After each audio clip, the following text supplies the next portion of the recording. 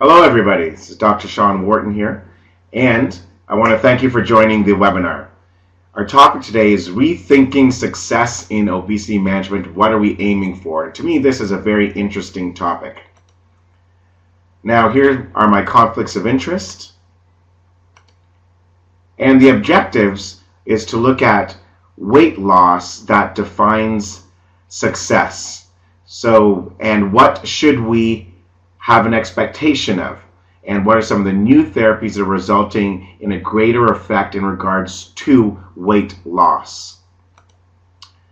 Now, we know that many people will eat or can easily lose weight, but then regaining weight is the big challenge, and that is a very disappointing time for people. Therefore, we know that there's a lot of biology that dictates the fact that weight is regained very easily. And the reason for this is that obesity is a chronic, progressive, relapsing medical condition. Once you have obesity, it never goes away. You'll always be struggling against it. And the question is how big is that struggle? How hard is that struggle? And are you able to keep some weight off for a sustained period of time? And the reason for this is that weight gain is natural. We know that people gaining weight is a very natural process, but losing weight is a very unnatural process. Therefore, as a result, we've got to put a lot of things in place to be able to keep the weight off over the longer term. Now, when we've been looking at weight loss, the 2006 Canadian guidelines dictated that a weight loss goal would be 5 to 10% of body weight. Now, we know that many times we talk about the fact that weight should not be our primary goal, and we should be looking at health or other type of behaviors. But we are all aware that our patients frequently want weight loss specifically, and they're asking for it. And until we come up with some degree of a solution for our patients, this question of can I lose weight will continue to come up, and can I keep it off? And we've always, frequently, or over the past number of years, we've defined a reasonable weight loss goal as 5 to 10% body weight loss. And why did we come up with 5 to 10%? And we'll go over that in a second, but the question is this 5 to 10% enough weight loss for a number of people? And should we be expecting more? And that's the big question, right? Because we know that if we tell somebody that you can lose 5% of your weight through this method that I'm going to work with you on, they may not be all that happy. So what are people actually looking for?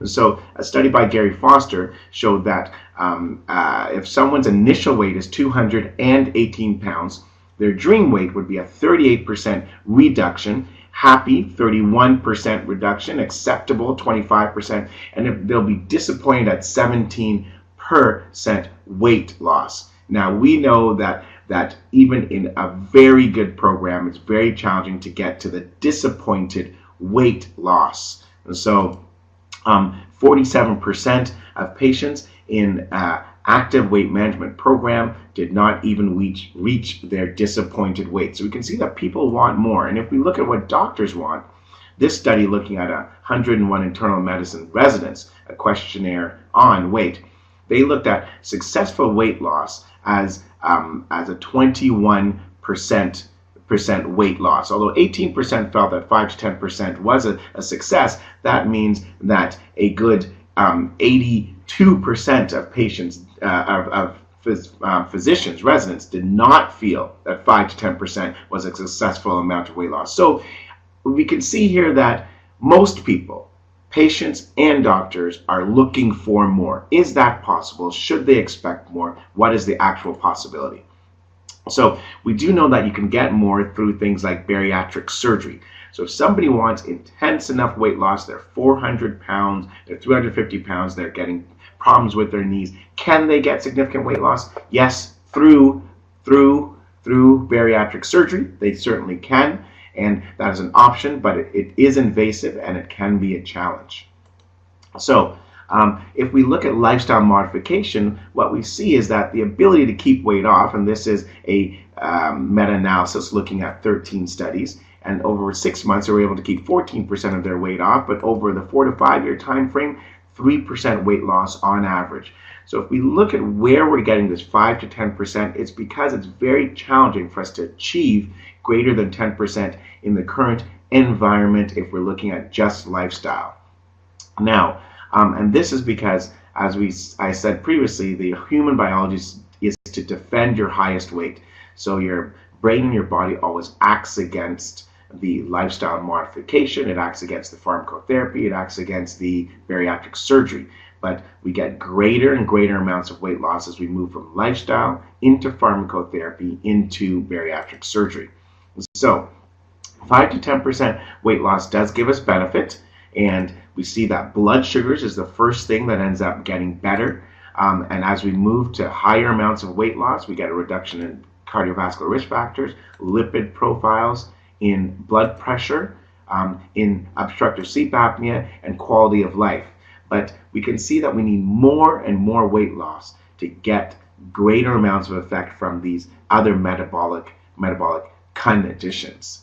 So now in our study, we looked at people who lost 5% of weight in our program, and you can see here that their blood pressure came down if they lost 5%, but those who didn't lose 5% still had benefit. Their blood pressure did come down. So just exercising and eating better, you do get some benefit. So again, health is with 5 to 10%, but the expectations are greater than that for other reasons that the patients want greater amounts of weight loss. And again, we did a large study here looking at 7,000 of our patients, and you can see here that the majority of our patients stayed in the weight stable range or the minimal amounts of weight loss range, but a small percent of patients achieving 21% weight loss. But we know that the majority of our patients would prefer to be in that red line where they're getting 21% weight loss. So how can we get there?